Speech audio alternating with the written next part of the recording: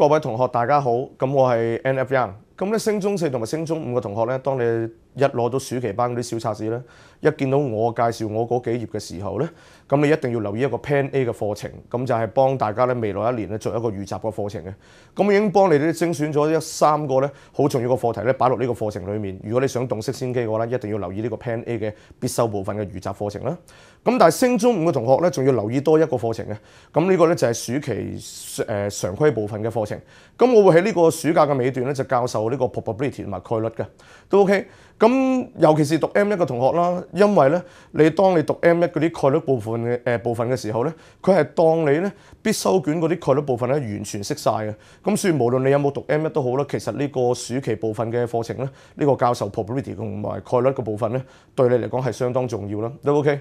咁如果你有讀 M1、M2 嘅話咧，咁如果你想學翻咩叫 E 啊，學翻咩叫 LN 啊，或者咩叫微分、咩叫積分咧，咁我幫 M1 同埋 M2 咧都各開咗一個課程嚟幫大家。咁留意小冊子咧，我詳細會介紹啲乜嘢咯。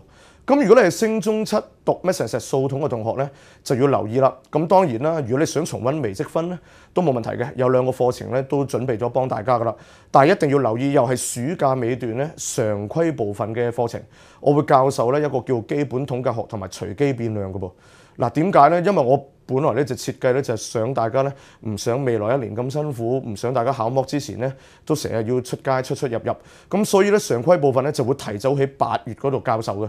而呢個課程咧常規班係唔會再教嘅，係唔會再教。所以咧如果咧想完成成個統計學嘅課程咧，一定要暑假咧就要報讀呢個暑假嘅常規部分嘅喎，都 OK。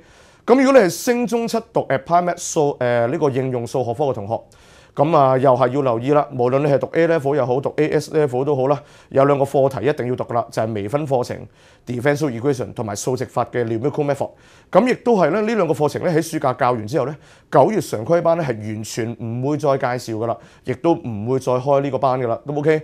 咁所以咧亦都要趁早咧喺暑假咧就完成咗佢，咁都 OK。咁至於課堂裏面咧詳細會介紹啲乜嘢咧，咁一定要攞小冊子睇下啦。咁遲啲喺課室見。